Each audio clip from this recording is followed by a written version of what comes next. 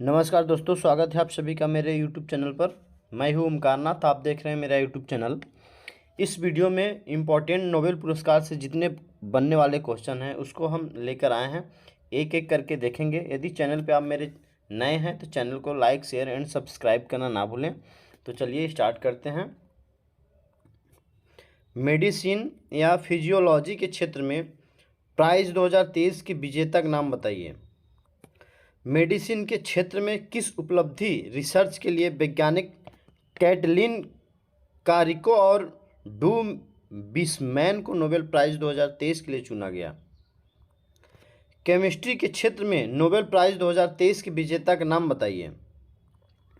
Chemistry के क्षेत्र में किस उपलब्धि रिसर्च के लिए 3 chemist Moungi Bawendi, Louis Brus, Alexei Ekimov को नोबेल प्राइज़ 2023 के लिए चुना गया। फिजिक्स के क्षेत्र में नोबेल प्राइज़ 2023 के विजेता का नाम बताइए। मालदीव के नए राष्ट्रपति कौन चुने गए हैं। तो इस प्रकार के तमाम क्वेश्चन होने वाले हैं इस वीडियो में, आप स्किप ना करें, एक एक करके देखें। तो चलिए स्टार्ट करते हैं फर्स्ट क्वेश्चन से। मेडिसिन या फिजियोलॉजी के क्षेत्र में नोबेल प्राइज़ 2023 के विजेता का नाम बताइए। तो इसका राइट आंसर हो जाएगा option number A, Caitlin Kariko और ड्रू बिस्मैन। ठीक है, ये दो लोगों को क्या मिला है, मेडिसिन के क्षेत्र में नोबेल प्राइज़ 2023 का मिला है। इसके इम्पोर्टेंट फैक्ट भी देख लेते हैं। ये हैं कैटलिन कारिको और ड्रू बिस्मैन। ठीक है, जो ये हैं कैटलिन कारिको और ये हैं ड्रू बिस्मैन। ठीक है, तो बायोलॉजी क्या है, शरीर का क्रिया विज्ञान है। मेडिसिन चिकित्सा होता है। तो कैटलिन कारिको का जन्म कैटलिन कारिको का जन्म, ये जो लेडीज़ हैं इनका जन्म 1955 में हंगरी के इस्जोलनोक में हुआ। वह जेड विश्वविद्यालय में प्रोफेसर और प्रिंसिल्वेनिया विश्वविद्यालय में फेरनलमैन स्कूल ऑफ मेडिसिन में सहायक प्रोफेसर रही हैं। ड्रू बिस्मैन के बारे में बताएं तो ड्रू बिस्मैन का जन्म हुआ था 1959 में लेक्सिंगटन, मैसाचुसेट में, अमेरिका में हुआ था। वह एक वैक्सीन रिसर्च में रॉबर्ट्स फैमिली प्रोफेसर और RAN इनोवेशन के लिए पेन इंस्टीट्यूट के निर्देशक हैं। ठीक है, नोबेल अवार्ड क्या मिलेगा, नोबेल अवार्ड में क्या मिलता है। तो नोबेल अवार्ड में उन्हें प्रतिष्ठित पुस्तक में एक स्वर्ण पदक और 1 करोड़ स्वीडिश क्रोन करीब 9.02 लाख अमेरिकी डॉलर लगभग 7.5 करोड़ रुपए मिलता है। किसमें मिलता है, नोबेल अवार्ड में क्या मिलता है, इसमें स्वर्ण पदक और 7.5 करोड़ रुपए मिलता है। नोबेल प्राइज़ का घोषणा की शुरुआत सबसे पहले मेडिसिन के क्षेत्र में होती है। ठीक है, नोबेल प्राइज़ इन 6 क्षेत्रों में दिया जाता है। तो कौन कौन सा क्षेत्रों में दिया जाता है, फिजिक्स के क्षेत्र में, केमिस्ट्री के क्षेत्र में, रसायन के क्षेत्र में, लिटरेचर साहित्य के क्षेत्र में, और पीस शांति के क्षेत्र में, और अर्थशास्त्र इकोनॉमिक्स के क्षेत्र में दिया जाता है। इन 6 क्षेत्रों में दिया जाता है। नोबेल प्राइज़ के बारे में बताएं तो यह पुरस्कार वैज्ञानिक इवेंटर अल्फ्रेड बर्नहार्ड नोबेल के नाम पर उनकी विशेषता के आधार पर दिया जाता है। 1901 में पहली बार नोबेल पुरस्कार दिए गए थे। ठीक है, अल्फ्रेड नोबेल के नाम आज 355 पेटेंट हैं, लेकिन लोग उन्हें डायनामाइट की वजह से ज़्यादा जानते हैं। ठीक है, शांति का नोबेल प्राइज़ नॉर्वे में प्रदान किया जाता है, जबकि बाकी सभी कैटेगरी के प्राइज़ स्वीडन की राजधानी कार्ड होम में दिए जाते हैं। नोबेल प्राइज़ जीतने वाले भारतीय रविंद्रनाथ टैगोर भी हैं। ठीक है। 2022 के विजेता मेडिसिन फिजियोलॉजी स्वांते पावो को मिला है। ठीक है। विलुप्त होमिनिन और मानव विकास में जीनोम से संबंधित खोज के लिए इनको मिला था। नेक्स्ट क्वेश्चन लेते हैं। वैक्सीन के क्षेत्र में मेडिसिन के क्षेत्र में किस उपलब्धि रिसर्च के लिए वैज्ञानिक कैटलीन कारिको और ड्रू विस्मैन को नोबेल प्राइज़ 2023 के लिए चुना गया है? तो इसका राइट आंसर हो जाएगा option number B, mRNA vaccine के लिए। mRNA वैक्सीन के लिए किसको मिला है? तो ये मिला है कैटलीन कारिको को और ड्रू विस्मैन को नोबेल प्राइज़ मिला है mRNA वैक्सीन के लिए। ठीक है। तो इसके इम्पोर्टेंट फैक्ट भी देख लेते हैं। वैज्ञानिक कैटलीन कारिको और ड्रू विस्मैन ने mRNA के टीके के विकास को सक्षम बनाया है। इसकी वजह से कोविड-19 का टीका तुरंत बन सका था। यह तकनीक 1980 के दशक में से ज्ञात की गई थी, लेकिन व्यवहार्य पैमाने परफेक्टेड इनोक पर टीके बनाने के लिए इसे पर्याप्त रूप से विकसित नहीं किया गया था। यह काम इन दो वैज्ञानिकों ने किया था। mRNA टीके क्या हैं? तो ये कोविड mRNA टीके क्या हैं? तो ये कोविड के दौरे में महत्वपूर्ण क्यों था? तो इसको बताएं। परंपरागत रूप से वैक्सीन निर्माण का काम मानव शरीर में मृत या कमज़ोर वायरस डालने पर निर्भर रहा है, ताकि यह उनके वायरस खिलाफ एंटीबॉडीज विकसित कर सकें। उदाहरण के तौर पर वायरस वेक्टर वैक्सीन। ऐसे में जब वास्तविक वायरस किसी को संक्रमित करता है तो उसका शरीर उससे लड़ने के लिए तैयार होता है। जैसे जैसे तकनीकी विकसित हुई तो पूरे वायरस के बजाय वायरस जेनेटिक कोविड के सिर्फ एक हिस्से को टीके माध्यम से पेश किया जाने लगा। ठीक है। नेक्स्ट क्वेश्चन लेते हैं। क्वेश्चन नंबर 3, केमिस्ट के क्षेत्र में नोबेल प्राइज़ 2023 के विजेता का नाम बताइए। केमिस्ट के क्षेत्र में नोबेल प्राइज़ 2023 के विजेता का नाम बताइए। तो इसका राइट आंसर हो जाएगा ऑप्शन नंबर डी, उपरोक्त सभी। कौन कौन से? मांगी, बाउमेटी, लुइस ब्रूस एलेंस्की, ये सभी तीनों हैं। ठीक है। तो आपको स्क्रीन पे भी दिखा देते हैं। 2023 के केमिस्ट नोबेल प्राइज़ के विजेता कौन कौन हैं? तो ये हैं मांगी बाईबेंडी हैं, ये लुइस ब्रूस हैं, ये एलेक्सी एंकिगोरा हैं। ठीक है। एलेक्सी एंकीमो हैं, लुइस ब्रूस हैं, मांगी बाईबेडी हैं। ये क्या हैं? 2023 के केमिस्ट के नोबेल प्राइज़ विजेता हैं। ठीक है। ये तीनों अमेरिकी मूल के केमिस्ट हैं। 2022 में केमिस्ट्री का नोबेल प्राइज़ कैरोलिन के बर्टोजिक, कार्ले पेरी शार्पलेस और मार्टन मेंडल को क्लीन केमिस्ट और बायो ऑर्थोगोनल केमिस्ट के विकास के लिए दिया गया था। केमिस्ट के क्षेत्र में किस उपलब्धि के लिए 3 केमिस्ट को नोबेल प्राइज़ के लिए चुना गया है? तो चुना गया है ऑप्शन नंबर सी, क्वांटम डाटस की खोज और संश्लेषण के लिए। ठीक है। केमिस्ट में 2023 का नोबेल प्राइज़ मांगी बावेडी, लुइस ब्रूस, एलेक्सी एकिमो को मिला। 3 लोगों को मिला। ठीक है। 2023 के केमिस्ट नोबेल प्राइज़ यही हैं, मांगी बावेडी, लुइस ब्रूस, एलेक्सी एकिमो, ये तीनों लोग को मिला है, क्या मिला है, 2023 के केमिस्ट नोबेल प्राइज़ मिला है। इन्हें क्वांटम डाटस की खोज और इसके सिंथेसिस डेवलपमेंट के लिए प्राइज़ मिला है। क्वांटम डाटस ऐसे नैनो पार्टिकल्स होते हैं जो इतने छोटे होते हैं कि उनका आकार उनके गुणों को निर्धारित करता है। उनके जो आकार होते हैं छोटे बड़े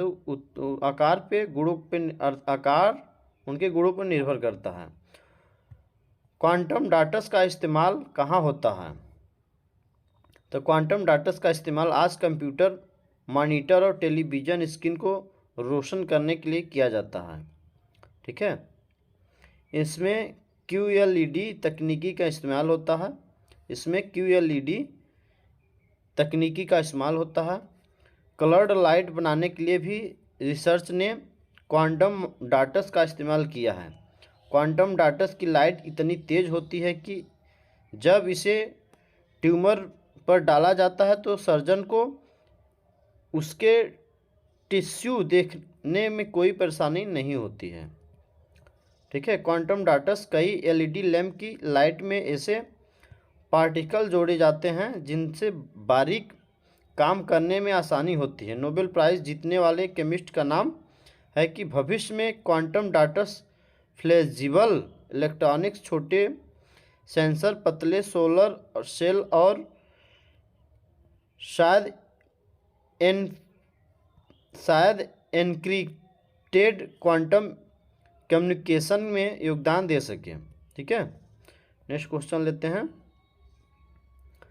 फिजिक्स के क्षेत्र में नोबेल प्राइज़ 2023 के विजेता का नाम बताइए। फिजिक्स के क्षेत्र में नोबेल प्राइज़ 2023 के विजेता का नाम बताइए।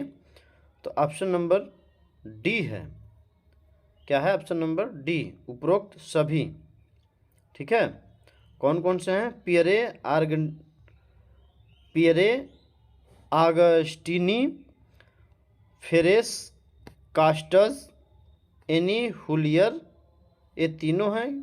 तीनों क्या हैं? फिजिक्स के क्षेत्र में नोबेल प्राइज़ इनको मिला है 2023 का। आई होप कि आप समझ गए होंगे। ये हैं तीनों फिजिक्स के क्षेत्र में नोबेल प्राइज़ के विजेता। पियरे आगस्टिनी हैं, ठीक है, फेरेंस काउंसल जो हैं, और ये हैं एनी हुलियर। ठीक है, आई होप कि आप समझ गए होंगे। एनी हुलियर का जन्म कौन है? एनी हुलियर ये हैं। ठीक है, एनी हुलियर का जन्म कब हुआ था? 1958 में पेरिस, फ्रांस में हुआ था। फ्रांस की राजधानी पेरिस में किसका जन्म हुआ था? एनी हुलियर का जन्म हुआ था। वह वर्तमान में स्वीडन में लुंड विश्वविद्यालय में प्रोफेसर हैं। वह फिजिक्स की फील्ड में नोबेल जीतने वाली 5वीं महिला बनी हैं। ठीक है, क्या हैं वर्तमान में? क्या है? स्वीडन के लुंड विश्वविद्यालय में प्रोफेसर भी हैं। वह फिजिक्स की फील्ड में नोबेल जीतने वाली 5वीं महिला बन चुकी हैं। अब पियरे गोस्टिविनी के बारे में बताएं, कौन है? Pierre Agostini. तो Pierre Agostini Ohio State University, Columbia USA में प्रोफेसर हैं। ठीक है, जो कि फ्रैंक क्रॉज का जन्म, जो कि ये हैं यूएसए में प्रोफेसर हैं। इनके बारे में हम बताएं तो इनका क्या नाम है? फ्रैंक क्रॉज का जन्म 1962 में मोर, हंगरी में हुआ था। अब वह जर्मनी के Planck institute of quantum optics Garching में निर्देशक और लुडविग मैक्सिमिलियन यूनिवर्सिटी में म्यूनिच में प्रोफेसर हैं। 2022 में फिजिक्स का Nobel prize Alain Aspect, John F Clauser और एंटोन फिलिंगर को क्वांटम इंफॉर्मेशन साइंस और फोटोन्स का रिसर्च के लिए मिला था। ठीक है। 2022 में फिजिक्स का Nobel prize Alain Aspect, John F Clauser और एंटोन जिलिंगर को 3 लोगों को मिला था। कौन कौन से हैं?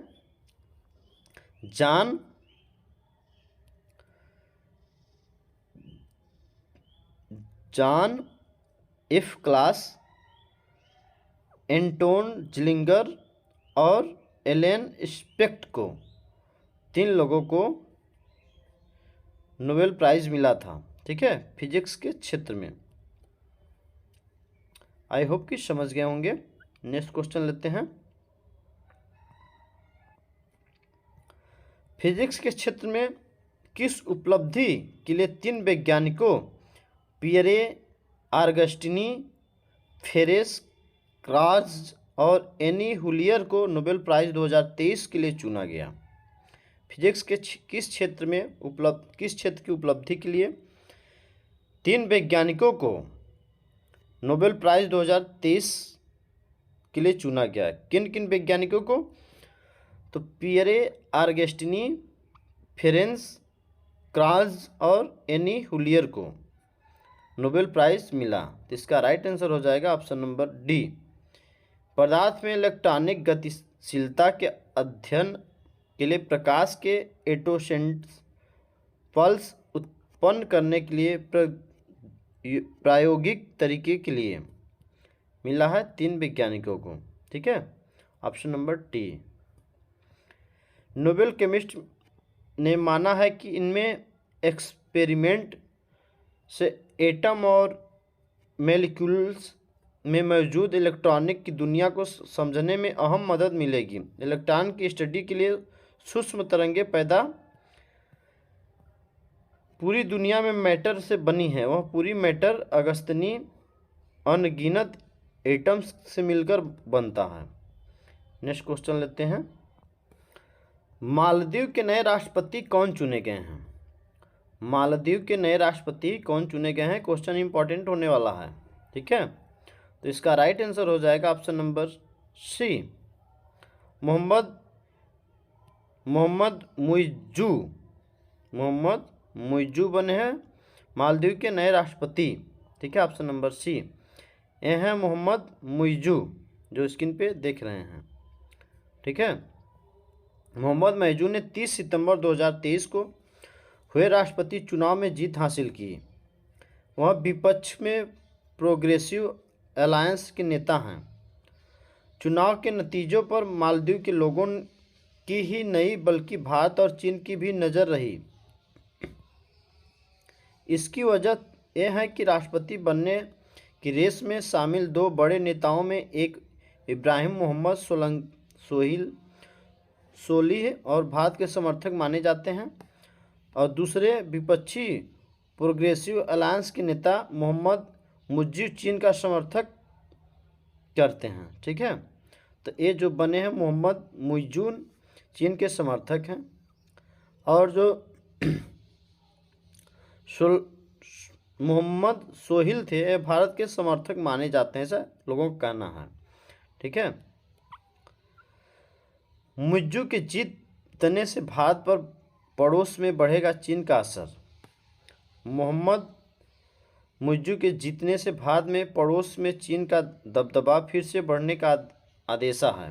दरअसल मुइज्जू की पार्टी पीपल्स नेशनल कांग्रेस के पिछले कार्यकाल में ही मालदीव चीन belt and road initiative BRI का हिस्सा बना था। राष्ट्रपति चुनाव जीतने वाले मोहम्मद मुइज्जुल मालवी की राजधानी माले के मेयर हैं। इस पद पर रहते हुए इन्होंने चीन के साथ अपने रिश्तों को मजबूत किया। भारत के तोहफे में 2 हेलीकॉप्टर पर विवाद। भारत ने मालदीव को 2010 और 2013 में 2 हेलीकॉप्टर और 2020 में एक छोटा विमान तोहफे में के तौर पर दिया था। इस पर मालदीव में काफ़ी हंगामा और है। विपक्ष राष्ट्रपति सोहेल पर इंडिया फर्स्ट नीति का अपनाने का आरोप लगा है। लोकेशन की वजह से अहम है मालदीव। ठीक है। हिंद महासागर में मालदीव को लोकेशन की वजह से चीन और भारत दोनों के लिए इस देश को स्ट्रेटेजिक अहमियत है। मालदीव 1100 से ज़्यादा छोटे बड़े द्वीप हैं जो हिंद महासागर में स्थित पश्चिम तक फैले हुए हैं। यह पूर्वी देशों में यह पूर्वी देशों को पश्चिमी देशों का एक अहम रूट भी है। माना जाता है कि इनमें से 16 द्वीपों को चीन लीज पर ले चुका है। चीन अगर इन द्वीपों पर कब्जा कर लेता है तो यह भारत के व्यापारिक जहाज़ों के साथ साथ नौसेना के काफिले पर भी नज़र रख सकता है। साथ ही युद्ध की स्थिति में इन द्वीपों पर अपने जहाज़ तैनात कर सकता है। मालदीव की बात करें तो मालदीव द्वीप समूह आधिकारिक तौर पर मालदीव गणराज्य हिंद महासागर में स्थित द्वीप है। मालदीव की राजधानी है माले। अभी राष्ट्रपति बने हैं मोहम्मद मुइज्जू। मुद्रा क्या है? मालदीवी रुपया है। ठीक है, नेक्स्ट क्वेश्चन लेते हैं।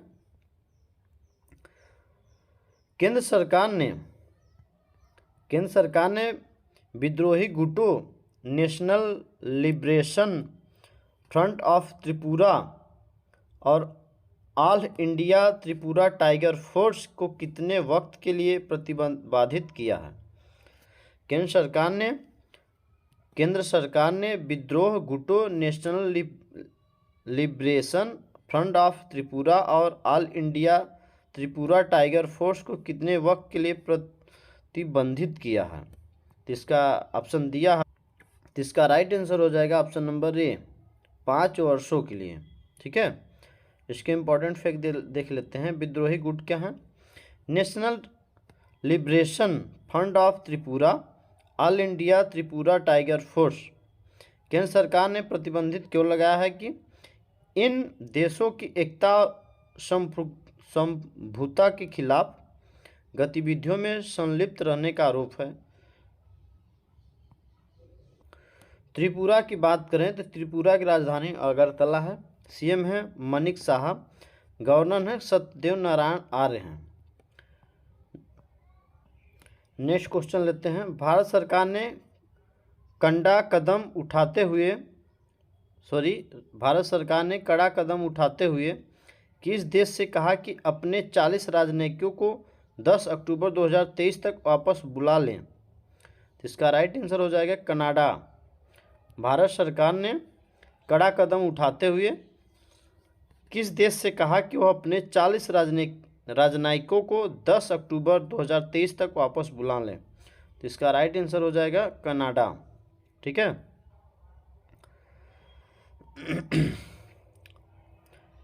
मीडिया रिपोर्ट के अनुसार कनाडा के 62 राजनयिक भारत में तैनात हैं और भारतीय विदेश मंत्रालय ने कनाडा से 40 को वापस बुला लेने को कहा है।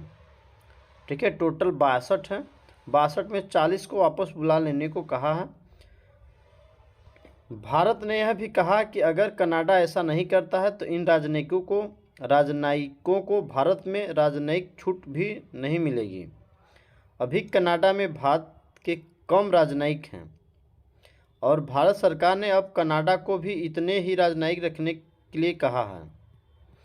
भारत में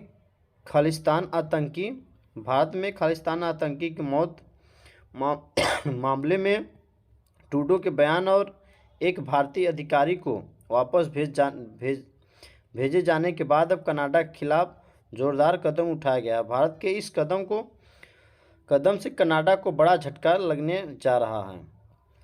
वहीं जस्टिस ट्रूडो, भारत के जो राष्ट्रपति हैं, कनाडा के जो राष्ट्रपति हैं जस्टिस ट्रूडो ने भारत के निज्जर हत्याकांड में बार बार सबूत मांगने के बाद भी अभी तक कोई ठोस सबूत नहीं दे पाए हैं। इससे पहले ट्रूडो ने दावा किया था कि निज्जर हत्याकांड में भारतीय एजेंटों का हाथ है। भारत के कदम के बाद कनाडा ने क्या कहा? तो कनाडा के पीएम जस्टिस ट्रूडो ने एक बार फिर से कहा कि भारत के साथ तनाव को बढ़ाना नहीं चाहते हैं। ट्रूडो ने कहा, कनाडा के लिए ये ज़रूरी है कि हमारा डिप्लोमेट भारत में मौजूद रहें और हम लगातार ऐसे कदम उठाते रहें हम ऐसे कदम लगातार उठाते रहें जिससे मुश्किल समय में भी भारत के साथ बेहतर रिश्ते बन सकें। दूसरी तरफ कनाडा के विदेश मंत्री मेलेनी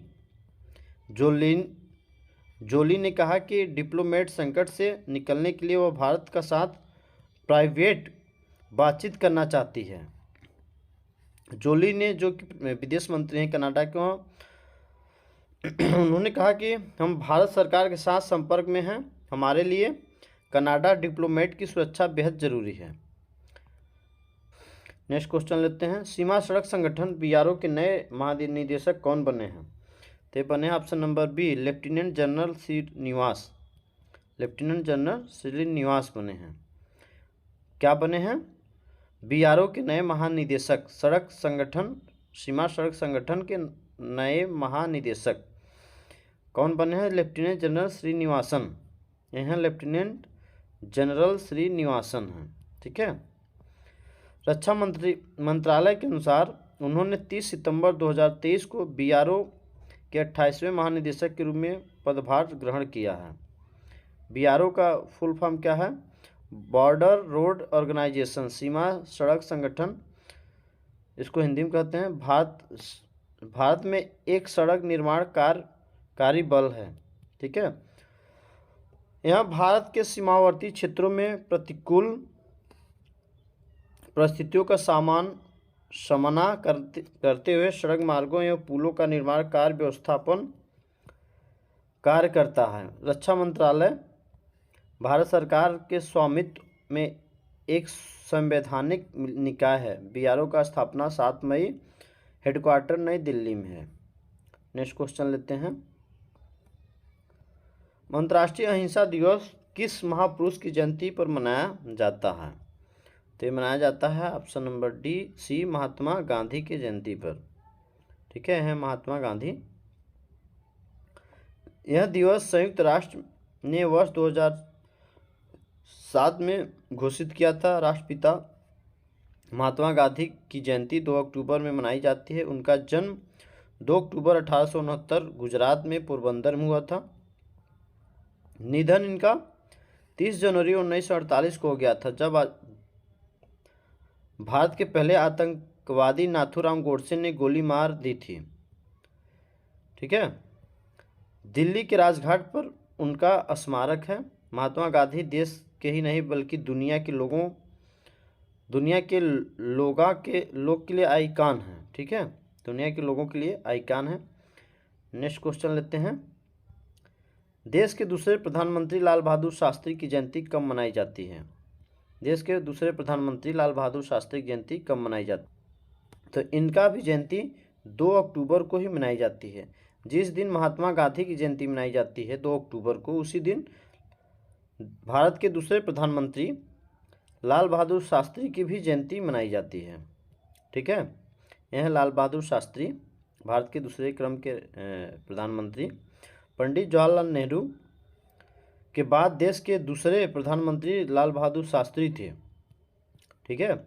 उनका जन्म 2 अक्टूबर 1904 में मुगल सराय यूपी में हुआ था। निधन 11 फरवरी 1966 में उज्बेकिस्तान की राजधानी ताशकंद में रहस्यमय ढंग से हुआ था। मतलब इनका कोई अता पता नहीं कि ये घटना क्यों कैसे हुई। और ये रात को मीटिंग के बाद रात को सोए थे और उसी टाइम इनका निधन हो गया। सुबह जब गेट खोले, कुछ देर बाद जब ये जगे नहीं तो लोग गेट खोले तो पता चली कि इनकी डेथ हो गई है। 12 घंटे पहले शास्त्री जी ने भारत पाकिस्तान के बीच शांति समझौता किया था। उन्हें जय जवान जय किसान का नारा दिया था। उन्होंने जय जवान जय किसान का नारा दिया था। कौन दिया था? लाल बहादुर शास्त्री ने। उनके स्मारक का नाम विजय घाट है। लाल बहादुर शास्त्री का स्मारक का नाम विजय घाट है। ठीक है। तो आज का क्वेश्चन कंप्लीट हुआ। आई होप कि आपको वीडियो पसंद आया होगा, या आपको वीडियो कैसा लगा आप कमेंट बॉक्स में ज़रूर बताएं। ठीक है। क्या इम्प्रूव करना है इसको भी आप बताएं। तो सपोर्ट करें, शेयर करें और सब्सक्राइब करें। तो मिलते हैं फिर नेक्स्ट वीडियो में। जय हिंद।